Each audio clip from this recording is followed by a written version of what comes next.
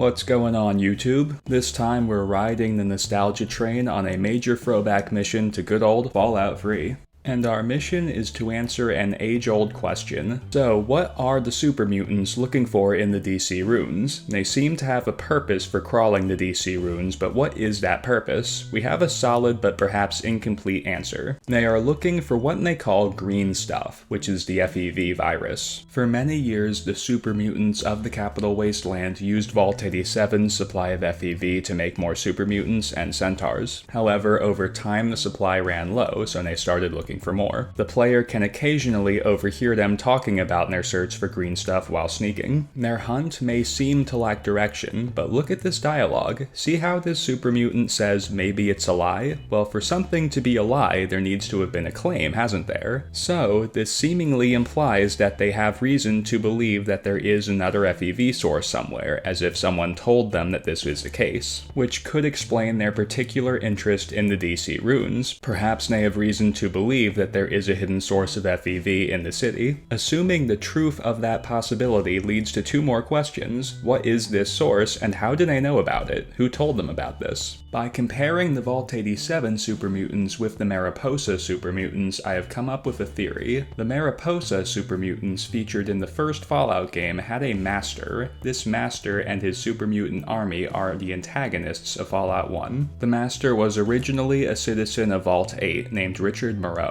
He was banished for murder. Then he changed his name to Richard Gray and became a doctor in the hub. Later on, he joined an expedition party bound for Mariposa military base. Richard was knocked into a vat of FEV where his mutation began. He was stuck in the vat for a few days until he finally managed to get himself out. He continued to mutate for weeks. During that time, he stayed at Mariposa researching FEV. He gains the ability to assimilate other organisms into his own body, as well as computers. He also modified the FEV virus to create more functional super mutants from people he managed to capture. His creations were linked to him by some sort of hive mind-like function. After his army became a force to be reckoned with, he made an alliance with this doomsday cult. This new collective created a headquarters by building a cathedral on top of a vault. The master assimilated himself into the vault's computer system and became the monstrosity that the vault dweller encounters at the end of Fallout 1. Since there is no equivalent of the master in Vault 87, many players assume that the Vault 87 super mutants do not have one. However, what I'm suggesting in this video is that maybe they do. Perhaps there is some sort of master of the Vault 87 super mutants that simply does not reside in the vault. My theory is that the Vault 87 super mutants have a master, and that is who/what they are looking for in the DC runes. Perhaps they have a hive mind-like link to their master, which is how they know to search there. This master may have found another source of FEV in the city and could be trying to call his army to it, which could explain the line, maybe it's a lie. He could have found another source of FEV underground somewhere in DC, like maybe in another vault somewhere, and maybe somehow he got trapped, like a cave-in or something, and he's trying to call his super mutants to rescue him, but they can't find him. In addition to the super mutants having that line saying maybe it's a lie, I have managed to come up with another reason to believe that this master of the 87 super mutants is real.